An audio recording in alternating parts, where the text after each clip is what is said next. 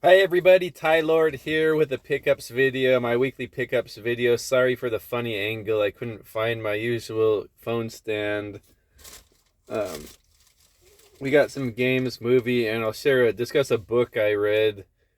Um, we'll get to the games first. Games are the most popular, as far as I'm concerned. Okay, so last week, Retro T-Barone sent me that package of games and movies. One of the games in there was Time Lord for the NES by Milton Bradley. And if I'm not mistaken, Rare developed this. It kind of has that Rare look. The characters kind of look like the wrestlers from the WWF games or Nightmare on Elm Street. So Ty Lord is playing Time Lord, and I didn't know anything about this game. CM Retro had mentioned that he had beaten it last year and enjoyed it, and so I thought I was in for something good. And actually, man, to tell you the truth, this is like really a hidden gem. Is that lighting bad there? This is a really good game. Um, it's actually like a beat 'em up platformer. Like I say that because the character can move like in three dimensions. He can move forward, back, up, down, and jump. So he kind of like can. He moves like a beat 'em up game. It's not. He's not on one plane. He can move up and down. But there's platforming, um, and it's about this little guy is traveling through time to collect orbs in different time periods. If you collect 5 orbs in each level, you beat the level. Each level, the final orb is a boss. Of course, you collect the 4 orbs, and then the 5th orb is the boss. Really cool looking sprites and animation. The little guy, depending on what time period he is, can pick up different weapons. For example, the first one is in the Middle Ages, so he can pick up a big sword, and he fights a dragon at the end of that level. And the second level is like it's like a western, like a cowboy themed western level. So you can pick up a shotgun and a pistol, and you can cycle through the weapons with select button. So I thought it was a pretty cool game. Very pretty quality uh, beat 'em up style platformer, a collectathon type thing.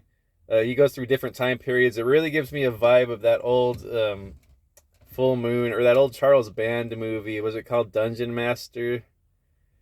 Where like the character kind of looks like that guy too. Like he has like a suit on with no sleeves, and he's going through different time periods, kind of like Dungeon Master, where Richard Mall was the villain, and he was sending the guy through different time periods. I think it was like a simulations or whatever, but he would end up in different places and have little trials to deal with.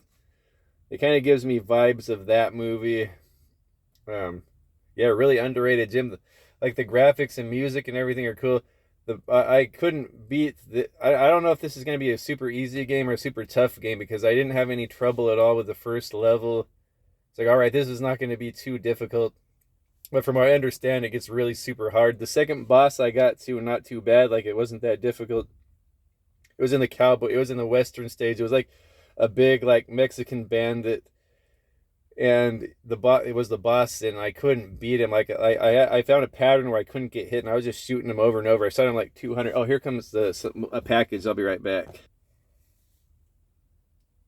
Okay, sorry for that interruption. The package came for my daughter's birthday tomorrow from my sister, and I had to go grab it.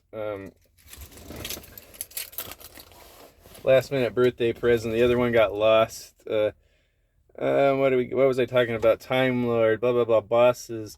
Oh yeah, the boss of the second stage. Like I just kept shooting him over and over and over and over and over, like 200 or 300 times, and he would not die. So I must not be doing something right. I looked on the playthrough of it. It looks like on the playthroughs, people just shoot him a bunch of time and he dies. But it felt like I was shooting at him for like 5 minutes and he wouldn't die. So I just like gave up on it. But I see after that there's like a pirate level and then like a futuristic level. So and there's like a World War II level. So looking forward to that one. Looking forward to beating this if I can. Hopefully this will be one of the games I beat this year. And that's about it for that game. And then game pickups. Haven't played any of these too much. From the creators of Gears of War Bulletstorm Epic Edition. I think I already had that, but I couldn't pass it up. It was like, I think it was 50 cents, or no, it was a buck. Yeah, it was 95 cents for a 360, so I thought I would pick that one up. And I already have it, but I could give that to someone or trade it away. I'd probably get more credit for that at the retro game shop. Chrome Hounds here for 360, a mech game. Was feels kind of heavy. It has a guide, or a book, sorry, a manual. That was a buck 95. And here's a fantastic game here with a guide. I don't think it's worth much, but 95 cents for Fable: The Lost Chapters. I told Terry309 I would find him a copy of this, and I did, but this is not PAL, so I don't think I'm ever going to find a PAL version of this. Yeah, fantastic game. This is probably my wife's favorite game of all time. I didn't play very much of it, but I like to watch my wife play this. Fable.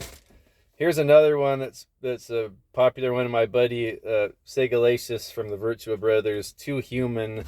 And I already had a copy of this, but this might be a cleaner copy.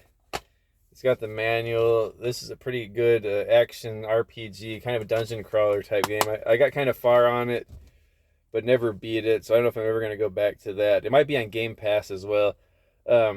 The thing I didn't care for about this was the attacking was the right stick. Like, you use different moves and combos using the right stick instead of pressing the face buttons. I guess it's not bad control, it's just not what I'm accustomed to.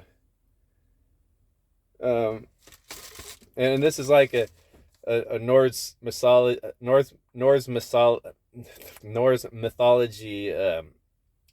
sort of combined with sci-fi dungeon crawler type game. And then I found a couple, and I spent a little bit more on these, but I didn't have these, and I kind of wanted them. And this one has the book and a map too. Heck yeah! Phantom Pain, Metal Gear Solid. Is that 5 or 6, whatever one that is? And I kind of like playing the older generation of these games. I know this was a PS4 game, but this is the PS3 version. Metal Gear Solid Phantom Pain. I've never tried that one. Usually I try all the Metal Gears and I play for like maybe 3 or 4 hours and I lose interest with them. Maybe this will be the one that I like. I don't know.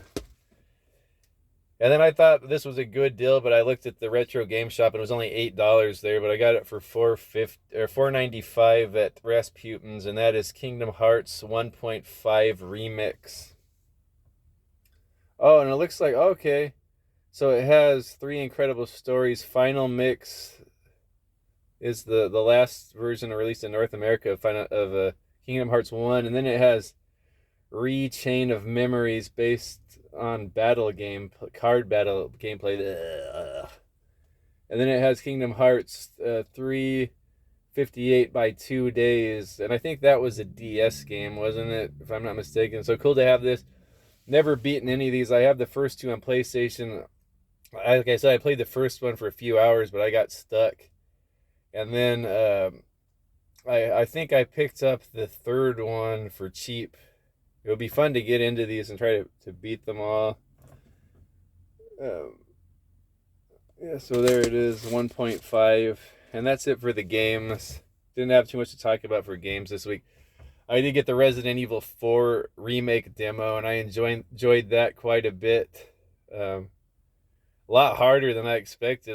Kind of like Resident Evil 2 remake was way harder than the original. This thing's, I don't kind of made me mad because I have Resident Evil 4 mastered pretty much. And then I play this thing and it just destroys me. It kind of feels hard to aim. I think I just have to get the hang of it. It's like a new control scheme and all that. And it doesn't feel like, it feels like the first villager you run into, it takes like 6 shots to kill him, and he doesn't, the shots don't stagger him or anything. Really cool graphics though, pretty much laid out exactly like the old one, but it looks way better and they added stuff. So I kind of want to looking forward to playing that some more. I've already played through that demo like 4 times.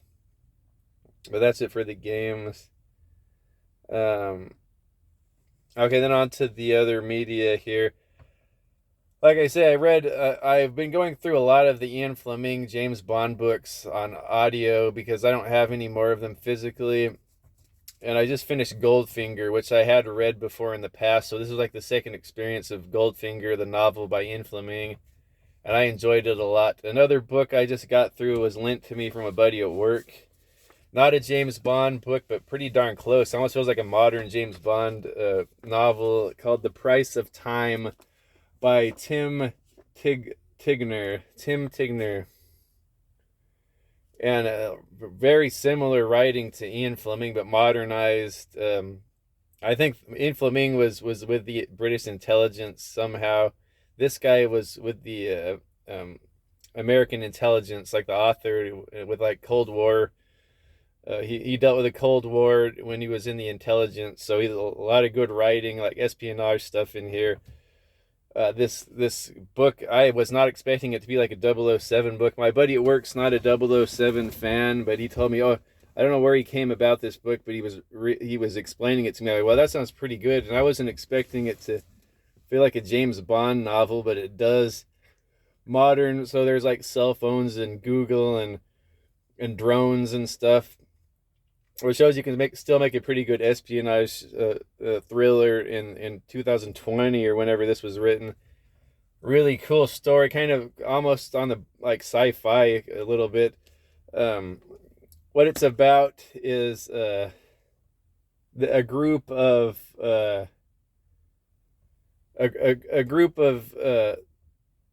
scientists and their CEOs. This company called EOS, I think. They're looking for the eternal life. They're looking um, they're looking to become immortal, and they finally have discovered how, like with the genes and the anatomy of a human, of the blood and all that, how to sustain life for eternity if you take some kind of injections every couple of years. This company has found it, and then this company is the board of directors in this company, or it's comprised of some of the scientists that did it, and then like the funders. So they're kind of in little groups, and they don't always get along. There's the scientists, and then like the business side, and there's quite a few interesting characters in there. They're all a bunch of scumbags, but they find this eternal life, and they don't know what to do with it, whether they should put it on the market, but they were worried about the consequences. Like everyone in the world is going to become immortal, and it would just change everything. So they want to keep it to themselves, but also get money. So they find this one really rich lady who's the heiress of an oil magnate, and she lives on a fancy island. She's a like billion trillionaire. They sell it to her, and they let her become part of the group. So there's 9 immortals, and they keep it secret from everyone. So she's immortal, and they're all rich now, and they can just do whatever the heck they want. They have a meeting every 5 years on her island, but then 20 years comes around, and they're afraid people are going to get fishy about this thing because they're like in their 50s and their 70s by now, and they still look like they're 30. So they're worried about people going to sound fishy, like they're going to someone's going to catch on to this. So they have to fake their own deaths and take on new identities. But it's hard to take on new identities. Like they just don't want to get someone's social security number or whatever. They want to take on their actual identity of this person. So they hire this fixer agent. His name is Tory. His name is Tom Tory. Kind of like an unintimidating name, but he's kind of like the Red Grant of this story. He's like a badass assassin guy, kind of similar but a lot different to Red Grant and From Russia with Love. But he's like physical specimen, badass killer, super intelligent. He's not a psychopath really. Well, he is. He's not like a hungry for murder like Red Grant, but he just kills without. He's very calculating, and he kills without any remorse. But he doesn't like to kill for no reason unless there's money involved or whatever. But he's this like Swedish, or not Swedish. He's a Finnish assassin, like super buffed, like the body of a god, super intelligent. They hire this fixer to go. He does these searches on the internet and finds doubles of these people, like throughout the country or the world. I think it's just the United States. He looks for the double of these people, and he does a lot of research on these people. He wants to find people that look like them, but they don't have very many family connections. Like they're just tied to their work, or they're kind of introverts or whatever. So he wants to find these people and somehow kill them and then transfer their identity to the immortals. So that's what they pay this guy for. They pay him millions of dollars to do this for all 9 people. So that's the base of the story. I'll probably be going on a while for this. So at first it didn't really seem like a Bond book, but then it cuts to the main character who is not tied to this at all. He's just an ex-CIA agent, and his name is Zachary Chase, and he was in the CIA, and he did a mission for his country in England. He was trying to get some information from a crime lord, and then when he finally did discover, after being taken hostage and beat up and went through a lot to get this information that the government wanted, it turned out there was some dirt in there that the government didn't want to get out in the public because it made like an American ambassador look bad. I don't want to get into what it is. So they go, we're not going to use this information you got, Mr. Chase. Don't say anything else about it. So that really didn't set well with him, because he was like a man of morals that like did stuff for his country for the better good, and was like he has a lot of morals. Like he's like, I'm done with the CIA. Like I'm not. I'm doing this to do the right thing. I'm not gonna do it to cover up some politicians or whatever. So he's done with the CIA. So there's the main guy is this guy Zachary Chase, and he's a lot like the chapters about him come from first person perspective. Like I did this, I did that. All the other chapters just sort of follow a certain character, but certain chapters with him is by first person. And he's a lot like James Bond, but more of a clean cut James Bond. Like he doesn't drink and smoke, and he's not a womanizer, but super intelligent and resourceful like Bond. Really reminds me of like a modern In Fleming novel.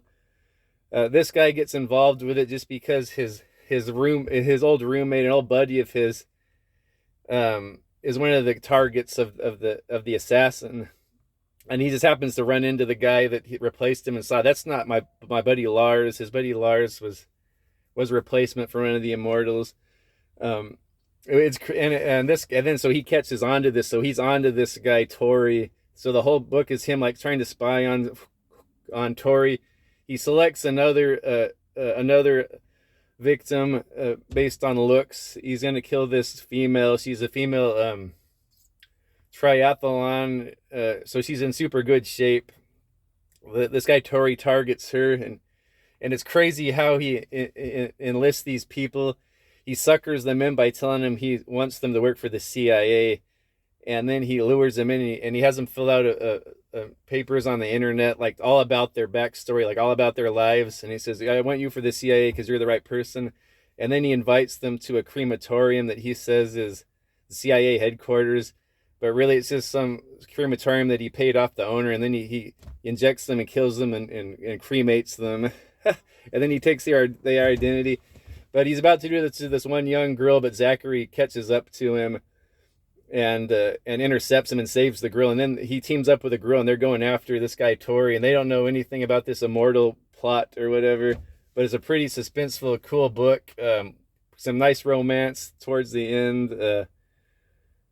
What was I gonna say? Yeah, a lot of the stuff, the resourcefulness that Chase does in this reminds me a lot of James Bond, like the little gadgets he uses, and what else? Yeah, even he refers to himself if he goes to a hotel or whatever. They go, "What's your name?" The name's Chase, Zachary Chase. Like his name is Bond, James Bond. Even at one point, one of the characters in this said they like to read In Fleming. And they mentioned that so and so loved, when it was one of the immortals, so and so loved Fleming novels. So he poured himself a glass of champagne. In the novels, champagne was the drink of choice for Bond, and not so much vodka martini, which I don't know if I agree with from what I've read in the Bond books. Is he does drink like pink champagne, but he seems like he drinks vodka martinis a lot too in the books, unless that's something that's been altered. But From what I've read so far, he drinks vodka martinis. Anyway, yeah, cool book. It really gets complicated towards the end. There's actually another assassin out picking off, at the same time this story's going on, there's another assassin going around picking off the immortals one by one. And that kind of leads up to a climax at the end with all the other characters. Great stuff by Tim Tigner here. So I'm probably going to try to read the next book in the series. I think the same characters are in it. And I think he has some other espionage style thrillers. Did I just talk about that? Okay, that wasn't too long, 20 minutes. Okay, move. Yeah, and then I did just finish Goldfinger. So I talk about that. No, I kind of want to save those to talk about. All I can tell you is Dr. No is a trip. If you read Dr. No, Goldfinger's pretty good too. Hey, on to the movies. I had to pick this up because it was $1 for Jaws, and it's sealed, and it's the anniversary widescreen on DVD. I might just give it to someone. You'd be surprised how many kids out there have not seen Jaws. I might give it to one of the kids at work. I always like to share the love of Jaws. I was thinking of sharing. I have this movie already, but I loved it so much that I got it for my buddy PMM, Oblivion, the Full Moon Entertainment movie. Charles Band production, I believe, is it? Yeah. And who directs it? Sam Irvin. A cowboy western sci-fi movie, really cool. Julie Newmar from Batman's in there, plays Catwoman. I think she plays a character called Miss Kitty. Meg Foster's in it. She plays an android deputy. Who else? George Takei's in it. He plays like the doctor of the town. Who else is in there? Oh, Andrew Divoff is this bad guy. He's like a gangster. This one-eyed, I think his name is One Eye or Red Eye. He's the gang leader. He's a cool character in this. But I talked about that one before. Here's one I got for myself, and I've been looking for this movie. It's freaking hilarious. Army of Darkness meets Starship Troopers. I don't know about that. Alien Apocalypse with Bruce Campbell here. Really corny sci-fi movie. Really fun though. Probably Bruce Campbell at his corny best. Kind of has the same like humor as some of the later Evil Dead movies. I think he's stranded on a planet, and there's these like bug monsters. It's been a while since I've seen it, but I remember there was this one scene that cracked me up, where one guy in his group, they were like stranded astronauts or whatever, and one guy in his group was kind of a scumbag, and he was trying to rape one of the females in the group, and Bruce Campbell like shoots the guy. And Bruce Campbell's character is a doctor, like he's the medic or the doctor. And he shoots that guy trying to rape the girl. And the guy's all, "You're a doctor. You're supposed to heal people." And then he says, "I am. Your stupidity is terminal."